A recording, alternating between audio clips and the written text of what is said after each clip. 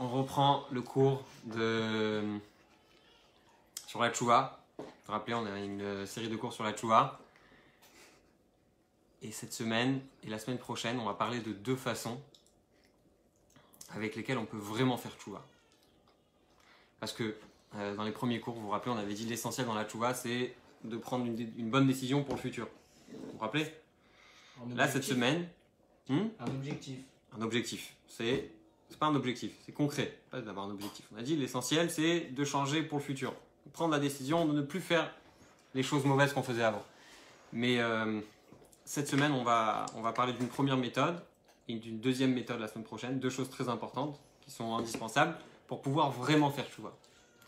Et je vais vous raconter une petite histoire avant de commencer. Il y avait quelqu'un de très intelligent. Il avait fait des études de maths très poussées. Très poussées. Et il a écrit deux ouvrages de mathématiques. Et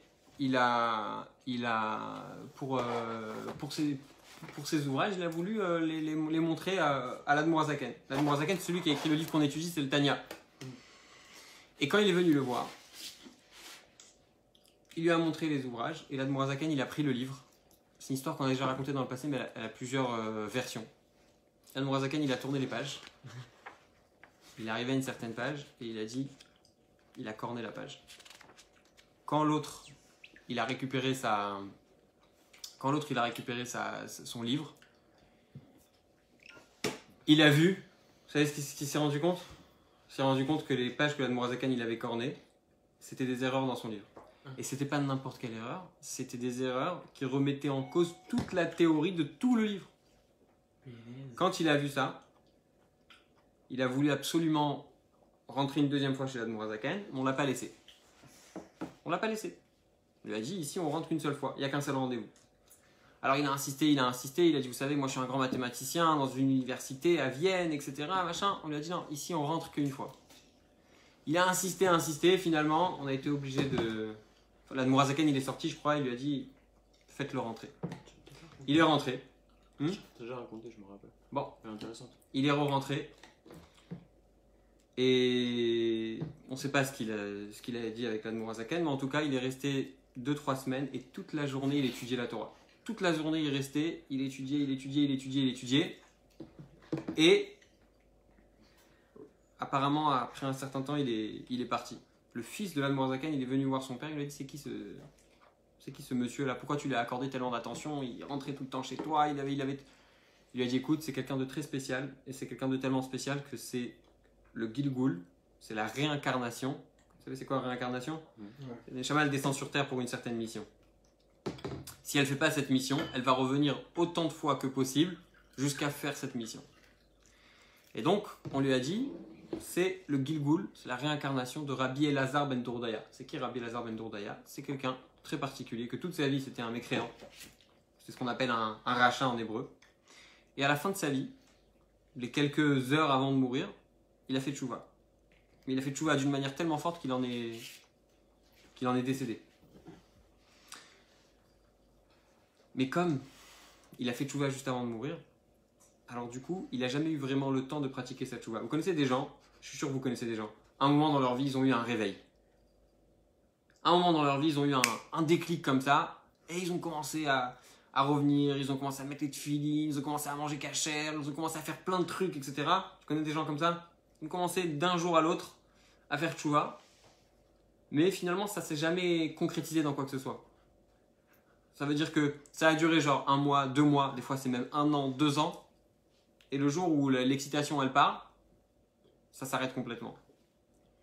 Ça veut dire que la tchouva, c'était pas eux en réalité. Ils ont eu un réveil, ils ont eu un coup de push, etc. Et finalement, ça s'est pas concrétisé et ça n'a pas duré dans le temps. Et en réalité, ce qu'on va voir aujourd'hui, c'est une manière de faire tchouva, et pas une manière de faire tchouva qui reste dans l'air, parce que, tu sais, des fois, tu vas aller à un cours de Torah, ou tu vas aller mettre les tefilines parce qu'il y a une ambiance, parce qu'il y a machin. C'est très bien, il faut. C'est bien qu'il y ait une ambiance, c'est bien qu'il y ait quelque chose qui les encourage, etc. Mais le but, c'est quoi? C'est de faire les choses parce que nous, on en est vraiment convaincus. Pas de faire les choses parce que l'autre il le fait, pas de faire des choses parce que pour faire plaisir à un tel ou pour être dans le coup, pour être... Non, le but c'est de faire parce que nous on en est personnellement convaincus. Et justement c'est ce qu'on va voir aujourd'hui. On a dit que le cours d'aujourd'hui c'était la force de la miséricorde. Et justement la première chose qu'il faut faire, c'est quelque chose qui te fait rire, c'est quelque chose de très marrant, si ça tient autant de temps. La première chose à faire, c'est de réveiller la miséricorde sur notre âme. Je vous donne un exemple. Un exemple simple. Imagine, quelqu'un, il a fait des études pour être docteur. Il a fait des études pour être chirurgien. Chirurgien. Ça veut dire il a fait, je ne sais pas combien c'est d'études, sûrement environ 10 ans d'études. Je ne sais pas, désolé s'il y a un chirurgien qui regarde ce cours et qui se dit, je ne sais pas, c'est 15 ans ou c'est je ne sais combien d'années. En tout cas, des études assez importantes, il est chirurgien. Ok? Mais finalement, quand il arrive à l'hôpital, au lieu d'être chirurgien, on le met brancardier.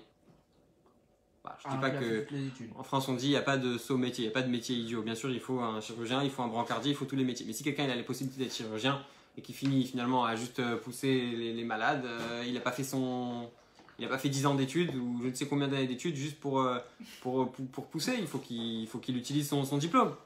Ouais. Alors, cet exemple, il a été donné par un Rav qui s'appelle Rav Springer, il était aux États-Unis.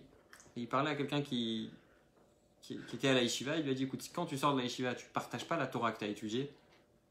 Tu ne vas pas aller la partager avec les autres, la diffuser, etc. Tu ressembles un peu à ce docteur, à ce chirurgien. Il a travaillé toute sa vie pour... Et finalement, au lieu de faire le métier qu'il a étudié, au lieu de faire le métier pour lequel il s'est fatigué, etc., finalement, il va faire un métier tout simple qui ne demande même pas d'études. Pourquoi tu t'es fatigué pendant tellement d'années si c'est pour finalement finir dans un métier qui est tellement simple?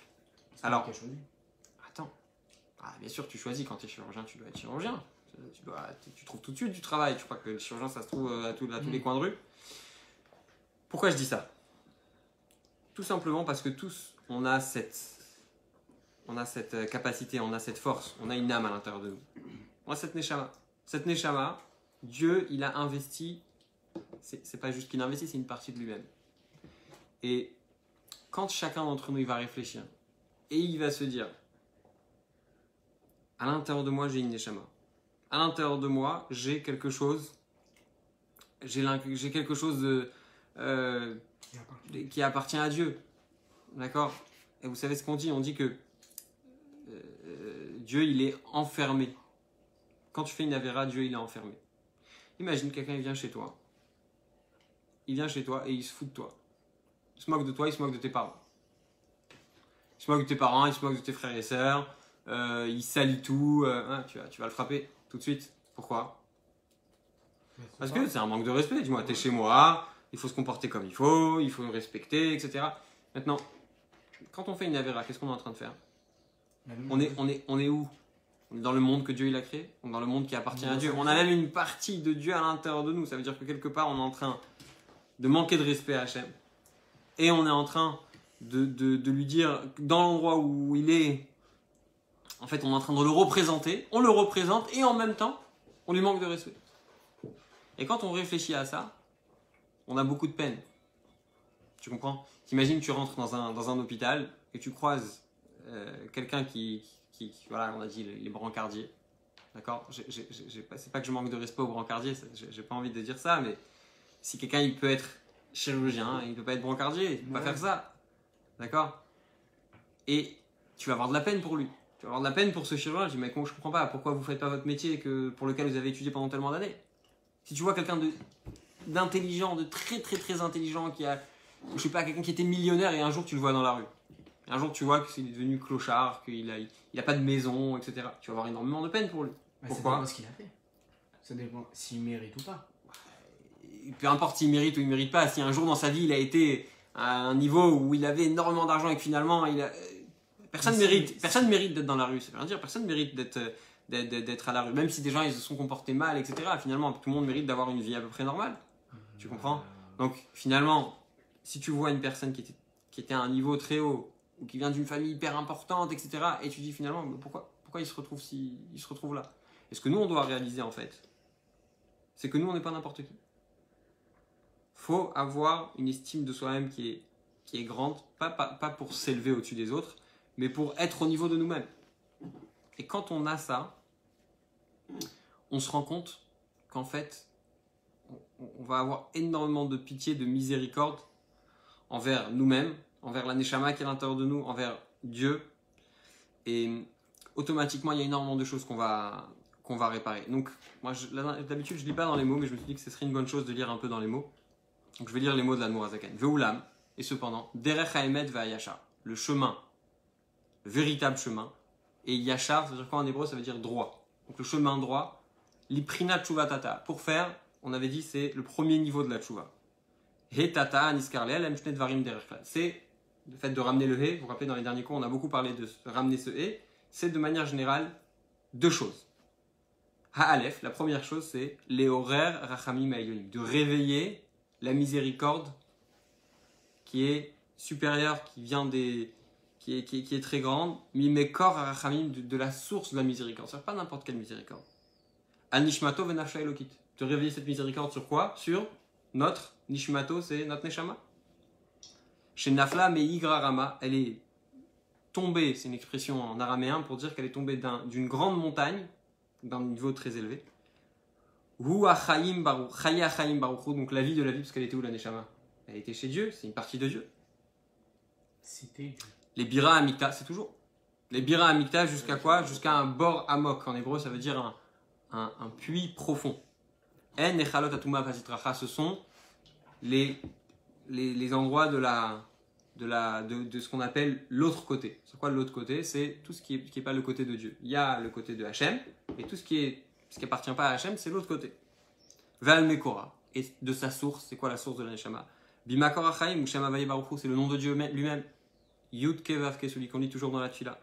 Ou Kmoshe Katuv, et comme c'est écrit, ça c'est un passouk qu'on dit tous les jours de jeûne. Dans les jours de jeûne, pendant la Haftara à Mincha, on dit ce passouk-là. Veyashov el Hashem, virachamim. Il va revenir vers Hashem et il va avoir de la peine, il va avoir de la miséricorde. Pérouche, ça veut dire quoi? Quelle sorte de miséricorde avoir? Le horaire rachamim alashpa Hashem avaye baruchu. De réveiller une miséricorde sur le nom de Dieu. Chez Nishtal Shela Verda Torchalot Asitracha, on a dit tout à l'heure, si quelqu'un il vient chez toi et qui se met à te manquer de respect et qui se met à mal te parler, etc., qu'est-ce que tu vas faire? Tu vas lui dire, dis-moi, ici on est chez moi. Mais quand tu réfléchis que tout ce que tu fais dans ta vie, tu te trouves chez Hachem, tu es dans la maison d'Hachem et tu es en train de te comporter mal, eh bien, tu vas te rendre compte à quel point il est tombé bas. La Achiotam, Aledema Asenosh, Vetarbulota ou Marchevotavarot, Dieu, il est parti se rentrer, s'habiller dans toutes les pensées et toutes les choses tordues qui nous passent dans la tête, malheureusement. Dieu, il a décidé de rentrer là-dedans. Donc, Moshe Katouv, Malech Asur Baratim, on dit que Dieu, il est enfermé dans ces mauvaises pensées, Bériité Mocha, dans le flot des pensées. Réatim en hébreu, ça veut dire le flot d'une rivière. Et Réité Mocha, c'est le flot des pensées qui passent dans notre tête. Et le flot de ces pensées, Hachem, il se trouve. Et il passe dedans. Prinat Galut Ashrina Kaniskarlet. Ça, c'est ce qu'on appelle l'exil de la présence de Dieu. C'est ce qu'on avait expliqué une autre fois. Ouzman Amesugal Leze. Alors, c'est quoi le meilleur moment pour y penser? Ou Betikun Tratot. C'est au moment où on fait Tikun Tratot. Alors, nous, on ne fait pas Tikkun Tratot aujourd'hui. Tikkun Tratot, c'est un moment où on se levait à l'époque, pendant la nuit. Et on pleurait sur la destruction du Beth Amikdash. Aujourd'hui, on ne fait pas. Il y a peut-être des tzadikim qui le font encore. Peut-être des gens d'un certain niveau, etc. En tout cas, de manière générale, les gens ne le font pas. On se lève au milieu de la nuit, on prend de la cendre, on met sur la tête et on pleure sur la destruction du Beth Amikdash. Et l'Admour HaZaken dit ça, c'est un bon moment. Et d'ailleurs, on va voir à la fin des cours que aujourd'hui, tout ce qui est lié avec cette tristesse et ce côté même amertume, etc., on le met de côté. Mais en tout cas, et ce qu'il dit l'Admour HaZaken, comme c'est expliqué dans le Sidour, vous savez, c'est un passage qui est dans le Sidour, si vous ouvrez en général dans la majorité des Sidurim, on pouvait le trouver. Ayen Sham Beuro, là-bas on peut voir l'explication. C'est ce qu'on dit là-bas. Elle est tombée notre tête, d'accord, ça fait référence, je pense, au Beth Amikdash. Velachen Nikra Kadosh Baruch Hu, c'est pour ça que Kadosh Baruch Hu il s'appelle Melech Alouv. C'est un roi qui est, si on peut dire, négligé. Ça veut dire que il est pas respecté, parce qu'il est partout et les gens lui manquent de respect. Les Pirkei Echalot, Moshe Katavarama, comme l'écrit Rabbi Moshe Cordovero, Zichron Livracha, Kien Lechal Bon Gadol Misé, parce qu'il n'y a pas de plus grande. Il n'y a pas de plus grande négligence, il n'y a pas plus grave que manquer. Tu imagines quelqu'un, il t'ignore, quelqu'un il vient chez toi, il est invité chez toi à la maison, tu l'as invité, et pendant tout le repas il ne te regarde pas. Dur à tenir, tu vois. Ou bifrat kacher bonan à maskil bilotan sabachu. Et surtout, alors il y a le fait de l'ignorer, il y a surtout le fait de dire attends, de qui on parle ici? On parle d'Hachem. Ça veut dire que il est tellement grand, même Malekol Almin Vesovav Kohen, il remplit tous les mondes et en même temps il est capable de se séparer des mondes, il est capable d'être d'une manière qu'il ne se mêle pas de ce qui se passe dans le monde. En même temps, Kol Echad Vechad Lefi Shiur Sichlo Vavanato, chacun selon sa compréhension. Itmar Meral Ze Meod Meod, quand on va réaliser ça, on va avoir beaucoup d'amertume. Je me souviens quand j'étais à l'Yeshiva, il y avait un rav un jour qui avait raconté une histoire. C'était en Tunisie. Et il y avait deux enfants qui étaient religieux. Et un jour pendant le Shabbat, le rav Pinson, il marche dans la rue et il les voit sortir du cinéma. C'était pendant le Shabbat. Et c'était des enfants qui étaient religieux. Normalement, ils n'allaient pas au cinéma. Ils se sont fait voir comme ça par le rav. Ils n'étaient pas bien du tout, ils avaient très honte, ils se sont dit oh là là, qu'est-ce qu'il va nous dire, etc. Le fait même qu'il nous ait regardé, ils se sentaient très très mal. Quelques jours sont passés, et quand il les a vus, il leur a dit venez dans mon bureau. Je ne sais pas exactement comment ça s'est fait, mais en tout cas, il les a appelés dans son bureau, et il les a fait asseoir. Et il leur a rien dit, mais il a commencé à chanter. Il a chanté une chanson. Cette chanson, c'est Shabbat Hayom Lachem. Je ne sais pas si vous connaissez, c'est Shabbat Hayom Lachem. En français, ça veut dire aujourd'hui, c'est Shabbat pour Hachem. Il a chanté comme ça pendant longtemps. Alors peut-être c'était 5 minutes et eux, ça leur a paru pendant 1 heure. En tout cas, ça a duré pas mal de temps. Et le fait même qu'ils aient entendu cette chanson, ça leur a réveillé à quel point c'était important le Shabbat.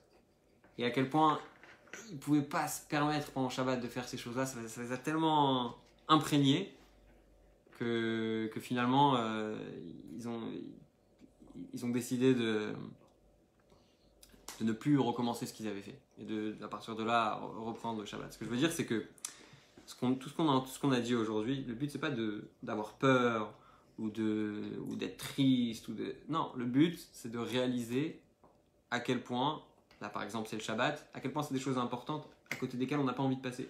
C'est tellement important. Ça fait partie de nous-mêmes, c'est partie de notre identité, c'est qui on a envie d'être vraiment. Et rien que pour ça, quand on se rend compte de ça, on se dit ah, je suis en train de passer à côté de moi-même. Je suis en train de passer à côté de ce que j'ai vraiment envie de faire. Et si on a cette prise de conscience, alors on a tout compris et il y a énormément de choses qu'on peut faire. Voilà, à la semaine prochaine pour la suite.